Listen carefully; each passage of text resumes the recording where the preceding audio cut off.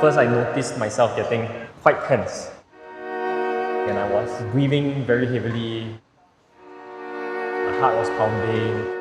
Felt very restless. I have to wait for everyone else to finish before me. And so I waited for 3 hours in a room, alone with my thoughts. The clock ticked by, and then after that, we went to take the paper. I wish I had done a little bit better.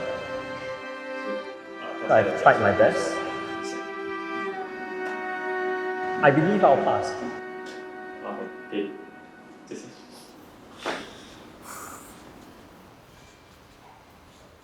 Where to begin? So I'm recording this now immediately after completing my oral, which means that I'm done. I've completed everything for the Chinese O-levels. Here's what happened. You have 10 minutes to prepare prior to going in and talking to the 2 teachers that's assigned to you. And during those 10 minutes, I opened the laptop that gave me the short passage. It was something about a photographer. And the good thing is that there were a lot of things that's poetic, I think, given my own journey. And there were some words that I only knew because of what I specifically studied over the past 18 months. For instance, there was this word called 建筑, and I only know the word 建筑 because I had to remember that word for when I had to invite Wendy and Ivy to Marina Bay, and I understood the topic. I knew some of the keywords, and I didn't know some of the other keywords. For instance, names were still very foggy to me, so I think I failed a little bit on that. But because I wasn't in that position to ask for corrections, what really ended up happening is that I had a frog in my throat. I literally just choked up.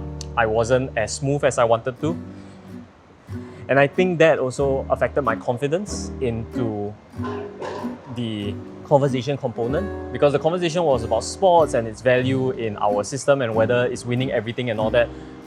But what ended up happening is that because my confidence was a little bit struck by the previous challenge, I even misunderstood one of the questions. So I'm not sure whether I'm overthinking. I think I'll still pass, maybe just barely, but then that's about it. I think one of the key takeaways is the fact that I couldn't have done this O-level when I was a student then, because every other word I had to say, I don't know this, I don't know that. But this I knew, even from a glance, I knew the story, but my delivery wasn't great because I could only say out 70% clearly. And then for the conversation that I had, I realized the bad habits that I had. When I struggle to find the right words, I start to ramble. And I think that would be not a good first impression to my exam invigilators, but I think they were very kind about it. I think they understood what I was trying to say, with the exception of me naturally misunderstanding the third question. But he was kind enough to correct me because I knew the topic, I just chose the wrong path. And so I was able to repeat myself just to get the point across. I don't really care what's the final grade I'll get, apart from the fact that I believe I've tried my best and learned the way that I personally wanted to learn. I know that I'm going to continue to find new ways to integrate Mandarin into my life because I don't want to lose this momentum. So as I continue to find this challenge, I'll keep you updated on socials maybe.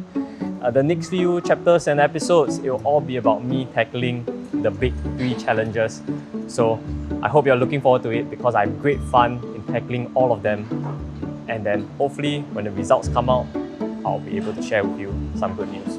Okay, thanks for watching my attempt of the 2023 Chinese O-level papers. I'll see you next time.